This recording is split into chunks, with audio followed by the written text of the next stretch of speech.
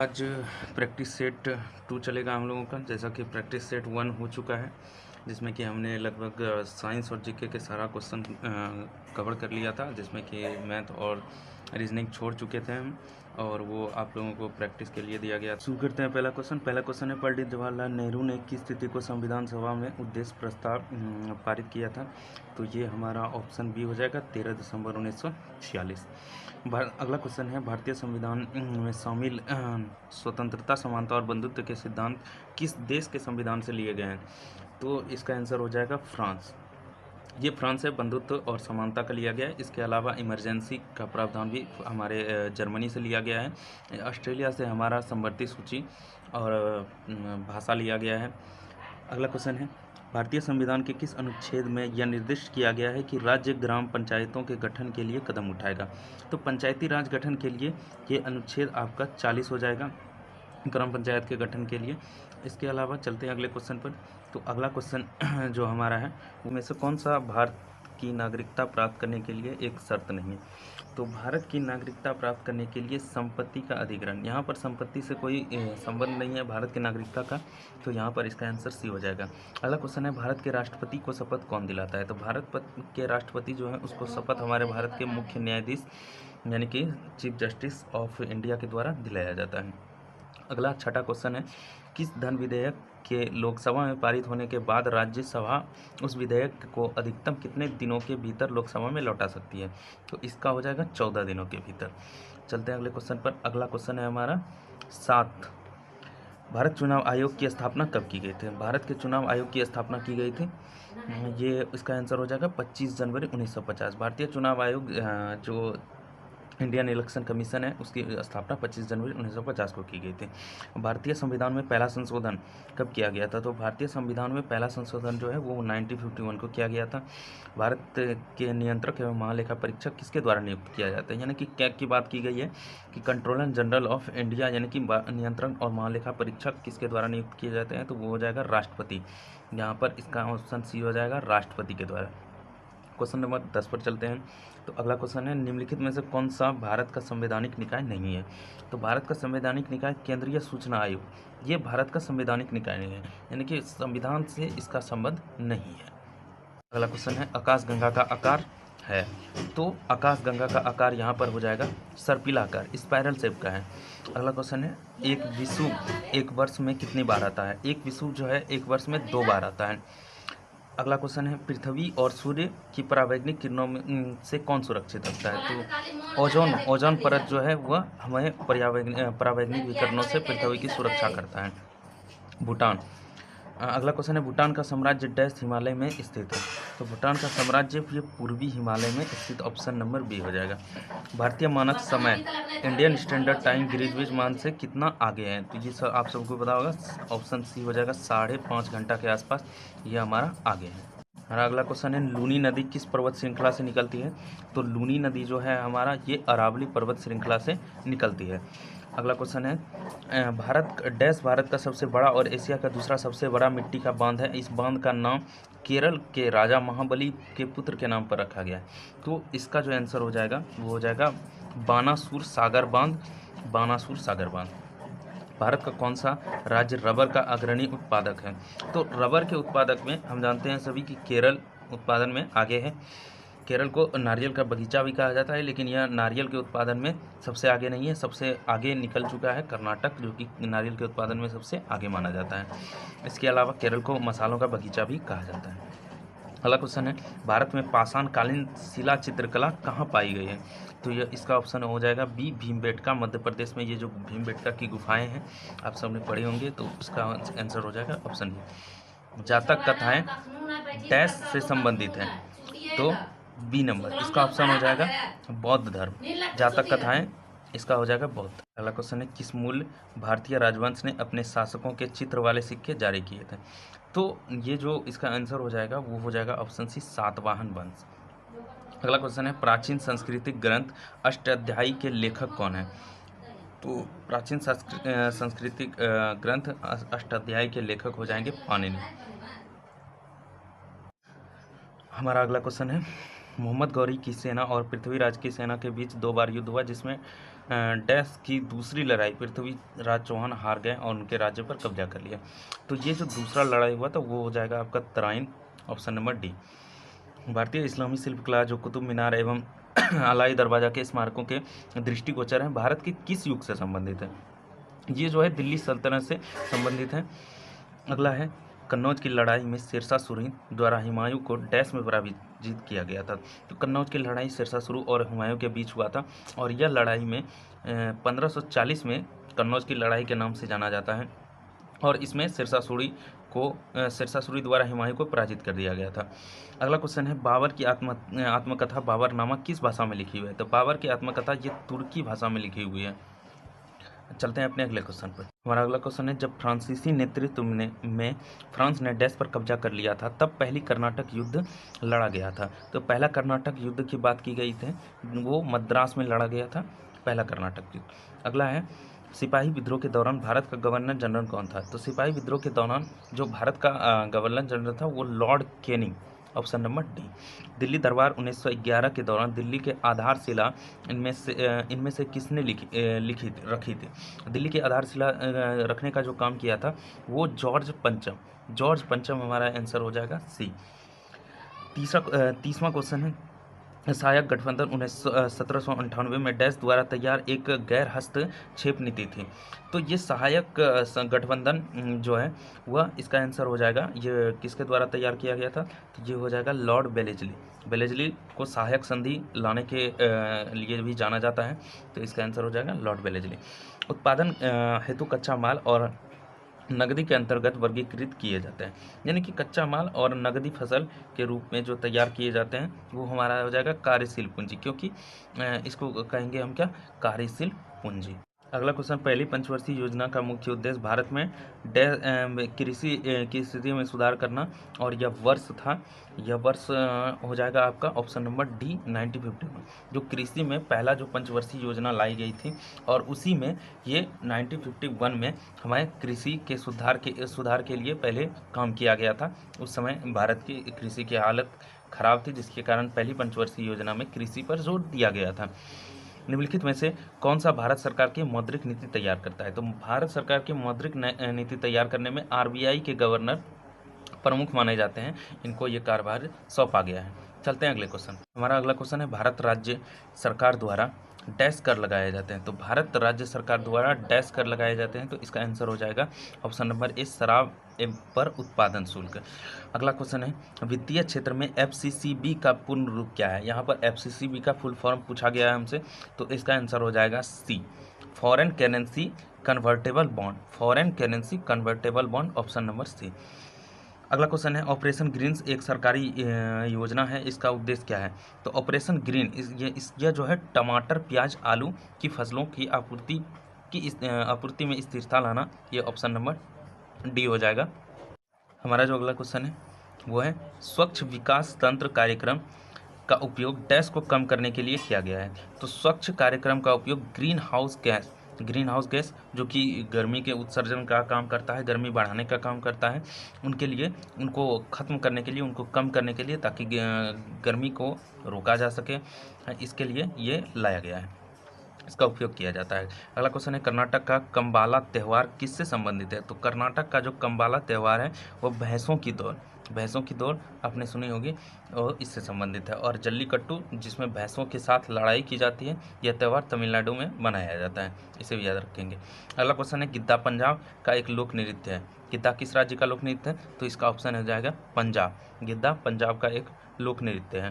अगला क्वेश्चन है पंडित जसराज किस क्षेत्र से प्रत्याक हैं, मतलब प्रख्यात हैं? तो पंडित जसराज जो हैं एक शास्त्रीय संगीतकार हैं, शास्त्रीय संगीतकार, ऑप्शन नंबर सी। अगला क्वेश्चन है लाइफ ऑन माई टर्म्स किसकी आत्मकथा है? तो ये शरद पवार की आत्मकथा हो जाएगी लाइफ ऑन माई टर्म्स। अगला क्वेश्चन है अंतर्राष्ट्रीय महिला दिवस हर साल कितने मार्च को मनाया जाता है? तो ये आप सबको पता होगा 8 मार्च को अंतर्राष्ट्रीय महिला दिवस प्रत्येक वर्ष को मनाया जाता है। आगे बढ़ते हैं। अगला है 43 नंबर कैलाश सत्यार्थी डैश के संस्थापक हैं। तो कैलाश सत्यार्थी जो है वो बचपन बचपन बचाओ, क्योंकि हमारा बचपन हम ठीक तरीके से बचपन को एंजॉय नहीं कर पाते हैं और बिना बचपन के विकास के हमारा दिमाग विकसित नहीं हो पाता, जिसके कारण कैलाश सत्यार्थी इसके संस्थापक हो जाएंगे। बचपन बचाओ आंदोलन थे। अगला क्वेश्चन है यूनेस्को का मुख्यालय कहाँ है? तो यूनेस्को का मुख्यालय, ये बहुत ही ईजी क्वेश्चन है, यूनेस्को का मुख्यालय हो जाएगा हमारा पेरिस। अगला क्वेश्चन है भारतीय अंतरिक्ष कार्यक्रम का जनक किसे कहा जाता है? तो इसका हो जाएगा option number B, Vikram Sarabhai. अगला क्वेश्चन है निम्नलिखित में से कौन जमीन से हवा में मार करने वाली मिसाइल है? यानी कि जमीन से वायु में प्रहार करने वाली मिसाइल है, उसका नाम है त्रिशूल। इसका नाम क्या हो जाएगा? त्रिशूल। कंप्यूटर के संबंध में वेटवेयर क्या होता है? तो वेटवेयर जो होता है मानव मस्तिष्क की तरह ये कार्य करता है, तो इसको मानव मस्तिष्क के संदर्भ में समझा जाता है कंप्यूटर की भाषा में। 48वां क्वेश्चन है एक पेटाबाइट बराबर 1024 क्या होता है? तो एक पेटाबाइट बराबर 1024 टेराबाइट टीबी होता है, और एक टीबी में 1024 जीबी होता है। अगला क्वेश्चन है प्रोसेस्ड डेटा को डैश के रूप में जाना जाता है। तो जो कंप्यूटर को हम डेटा देते हैं उसको प्रोसेस करके जो हमें मिलता है उसको हम जानकारी बोलते हैं। उसको क्या बोलते हैं? जानकारी। अगला क्वेश्चन है यूडीपी क्या है? यूडीपी का फुल फॉर्म यूडीपी क्या है? तो यह कनेक्शन रहित प्रोटोकॉल है। ये क्या है? कनेक्शन रहित प्रोटोकॉल, ऑप्शन नंबर बी। इसका आंसर हो जाएगा ऑप्शन नंबर बी। चलते हैं अपने अगले क्वेश्चन पर। दाब मापने के लिए एसआई इकाई क्या है? तो दाब मापने के लिए एसआई इकाई पास्कल को माना जाता है, क्योंकि पास्कल नामक वैज्ञानिक ने ही इसको संदर्भित किया था, इसका विश्लेषण करके हमें इसके सूत्र के बारे में बताया था। अगला क्वेश्चन है बहुत उच्च तापमान को मापने के लिए किस उपकरण का प्रयोग किया जाता है? तो बहुत उच्च तापमान को मापने के लिए जैसा कि आपको पता है पायरोमीटर जो है ये इसको जो लैब में हम इस्तेमाल करने वाला थर्मामीटर होता है उसके रूप में भी जाना जाता है। अगला क्वेश्चन है निम्नलिखित भौतिक मात्राओं में कौन सी एक अदिश राशि है? मैंने आपको बताया था सदिश राशि जिसमें दिशा और परिमाण दोनों होता है, अदिश राशि में केवल परिमाण होता है, तो इसका आंसर हो जाएगा यंग का मापांक। अगला क्वेश्चन है एक तोप का गोला दागा गया, इस गोले की गति डैश का उदाहरण है? जब तोप का गोला दागा जाता है तो वो सीधा नहीं जाता है, वो पहले कुछ दूरी ऐसे इस प्रकार से, जैसा कि ऐसे इस प्रकार से जाता है, तो इस प्रकार से जाता है, तो इस गति को कहते हैं प्रक्षेप गति। इस गति को क्या कहते हैं? प्रक्षेप गति, प्रोजेक्टाइल मोशन। अगला क्वेश्चन है टीवी रिमोट कंट्रोल डैश के सिद्धांत पर कार्य करता है? तो टीवी रिमोट कंट्रोल जो है वो इंफ्रारेड जिसको हम आईआर भी बोलते हैं। आपने देखा होगा टीवी में एक सेंसर लाइट होता है जिसको आईआर ब्लास्टर भी कहते हैं, और कई सारे स्मार्टफोन में भी आजकल देखा जाता है। तो आईआर ब्लास्टर यानी इंफ्रारेड तरंगे इसका सही आंसर हो जाएगा। निम्नलिखित में से सबसे अधिक परमाणु द्रव्यमान वाला तत्व कौन सा है?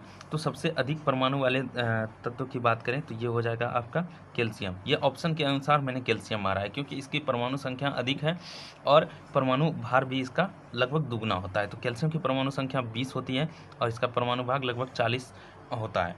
तो यहाँ पर आपको ऑप्शन के हिसाब से देखना होगा कि परमाणु भार क्या है। चलते हैं अगले क्वेश्चन पर। 57 उस अम्ल की पहचान करें जो पाचन में मदद करता है। तो कौन सा अम्ल हमारे पाचन में मदद करता है? तो पाचन क्रिया में मदद करने के लिए हाइड्रोक्लोरिक अम्ल, जिसको HCl या पेट अम्ल के नाम से भी जाना जाता है, तो HCl हो जाएगा इसका। हमसे कई बार ये जो है सबसे अधिक खतरनाक अम्ल में गिना जाता है, तो ये भी आपको याद रखना है, ये शक्तिशाली अम्ल है। निम्नलिखित में से कौन सा आयन जल की कठोरता के लिए जिम्मेदार है? निम्नलिखित में से कौन सा आयन जल की कठोरता के लिए जिम्मेदार है? तो जल को कठोर करने वाले जो दो तत्व हैं वो हैं कैल्शियम और मैग्नीशियम। इसकी जल को कठोरता दूर करने के लिए भी उपाय पूछे जाएंगे, तो आप उसको भी ध्यान से देख के जाइएगा। अगला है निम्नलिखित में से कौन सा पदार्थ सबसे कठोर है? तो सबसे कठोर पदार्थ की बात करें तो ये हो जाएगा हमारा हीरा, ऑप्शन नंबर बी हीरा। अगला क्वेश्चन है निम्नलिखित में कौन सी कोशिकाएं संरचना प्रोटीन संश्लेषण के लिए उत्तरदायी है? कोशिका संरचना जो प्रोटीन का संश्लेषण करता है हम सभी को पता है वो राइबोसोम है, जो दानेदार के रूप में पाया जाता है। ये दानेदार जो है वो इसके रूप में पाया जाता है और यह प्रोटीन का संश्लेषण करता है। अगला है ग्रेगर जॉन मेंडल आनुवंशिकता के मूल नियम किस सब्जी पर उनके द्वारा कार्य पर आधारित किए थे? तो ये हो जाएगा मटर पर इन्होंने यह परीक्षण किया था। अगला क्वेश्चन है निम्नलिखित में से कौन सा दुनिया की सबसे तेज़ दौड़ने वाले चींटी की प्रजाति है? तो सबसे तेज़ दौड़ने वाले चींटी की प्रजाति है सहारन, क्या हो जाएगा? सहारन सिल्वर चींटी, ऑप्शन नंबर सी। रक्त में आरबीसी बढ़ने से कौन सी स्थिति बन जाती है? तो रक्त में जब आरबीसी की संख्या बढ़ जाती है तो ऐसी स्थिति को पॉलीसाइथेमिया कहते हैं। इसको कहते हैं पॉलीसाइथेमिया। ये हो जाएगा आपका ऑप्शन नंबर सी, पॉलीसाइथेमिया।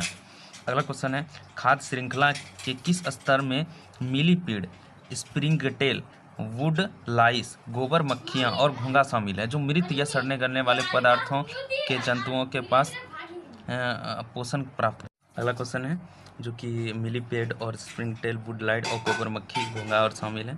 तो इसका आंसर हो जाएगा अपरदारी, अपरदाहारी।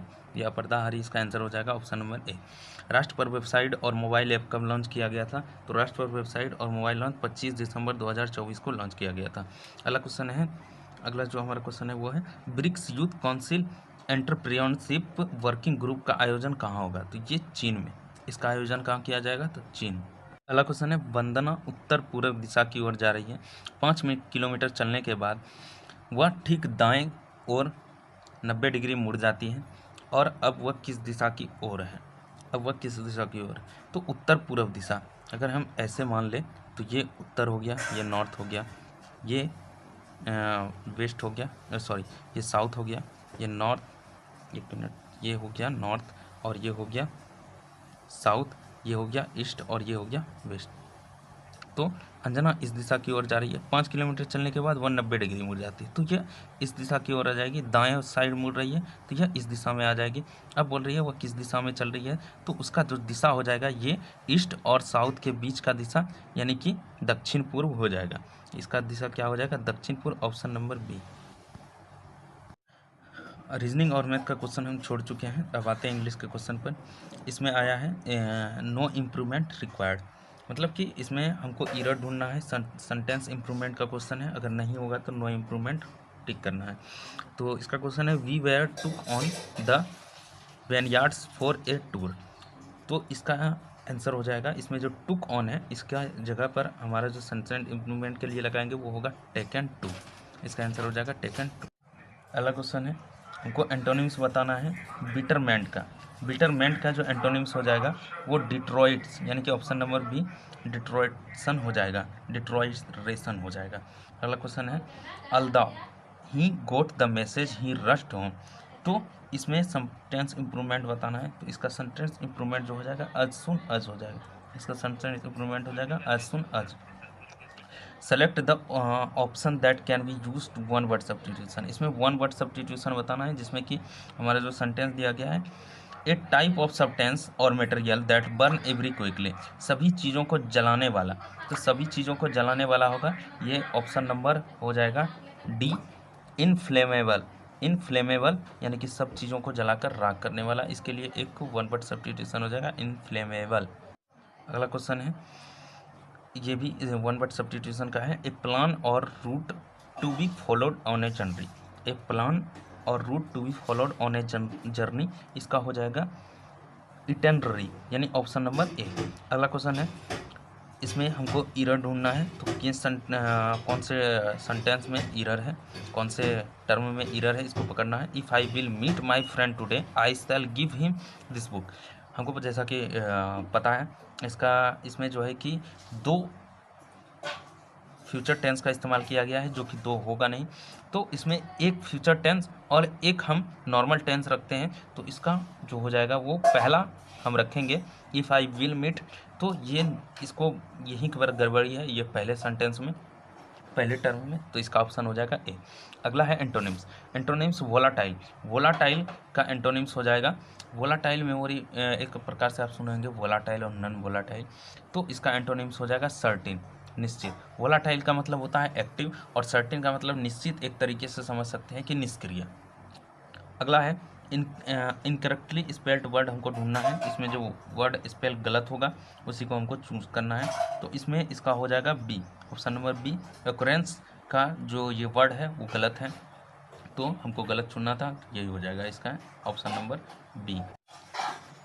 अगला क्वेश्चन में हमें एरर ढूंढना है, ग्रामेटिकल एरर क्या है इस सेंटेंस में। I could not went for my sister's wedding in Rajasthan as I had my final exam at that time. तो यहाँ पर आई कुड नॉट वेंट, तो यहाँ पर अगर हम सेंटेंस को देखें तो इसमें could not went, could not went, could not went हो जाएगा, इसका ऑप्शन नंबर डी। अगला है ग्रामेटिकल एरर से ही अगला क्वेश्चन है, the nature channel gives A lots of interesting information on wild life. तो अगला क्वेश्चन का इसमें हो जाएगा गिव्स ए लॉट, क्योंकि यहाँ पर दोनों जगह पर प्लुरल का इस्तेमाल किया गया, लॉट्स ऑफ का मतलब भी प्लुरल हो गया और गिव्स का मतलब भी प्लुरल, तो ये दोनों प्लुरल शब्द एक साथ इस्तेमाल नहीं होंगे, तो इसका हो जाएगा ए।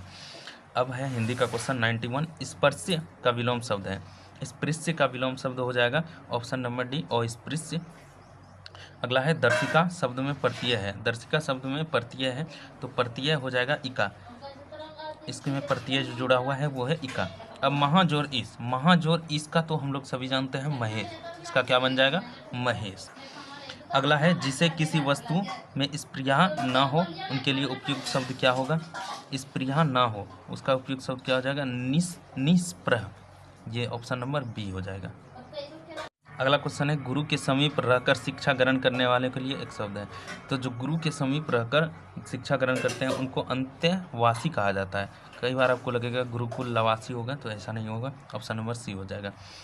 अन्य शब्द युग्म के सही अर्थ भेद का चयन कीजिए, तो अन्य युग्म के सही अर्थ का भेद का चयन करना है हमको, तो इसका हो जाएगा अनाज दूसरा।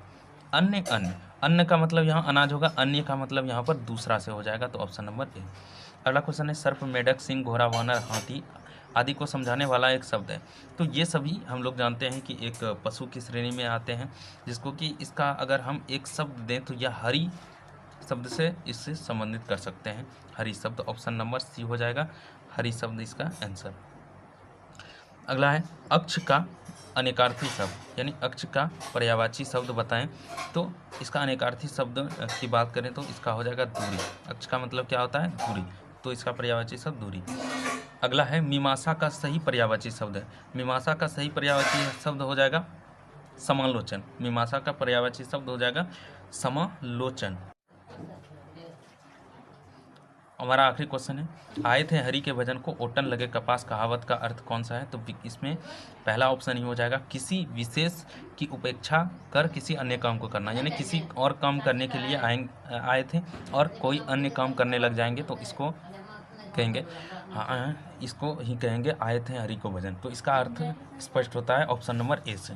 तो हमने 100 क्वेश्चन कंप्लीट किया है, जिसमें कि मैंने मैथ और रीजनिंग के क्वेश्चन को छोड़ दिया है, जो आप लोग प्रैक्टिस करेंगे, और जितने भी जीके इंग्लिश हिंदी के क्वेश्चन है उसमें आपको बताना है कि आपका कितना सही हुआ, और इसी तरह डेली टेस्ट लगाएंगे और इसका पीडीएफ हम प्रोवाइड कर दिया जाएगा, और इस पीडीएफ से आपको टेस्ट लगाना है डेली, और आपको अपना स्कोर चेक करते रहना है, और इसी तरह प्रैक्टिस सेशन में लगे रहना है, और ज़्यादा से ज़्यादा वीडियो को शेयर करें। अच्छा लगा तो अगला सेशन और भी जल्दी आएगा, और किसी प्रकार की त्रुटि होगी तो क्षमा करेंगे, क्योंकि अभी नया स्टार्ट शुरू किए हैं तो इसमें किसी प्रकार की गलतियां होती रहेंगी, तो आप उसको नज़रअंदाज करेंगे और अपने पढ़ाई पर ध्यान देंगे, और इसको ज़्यादा से ज़्यादा शेयर करें, और इसी तरह की वीडियो से और लाया जाएगा आप लोगों के लिए इसी तरह का सेशन अच्छा लगे तो लाइक कीजिएगा, और चैनल से जुड़े रहने के लिए सब्सक्राइब कीजिएगा, और आप ये सेशन आपको मिलता रहेगा।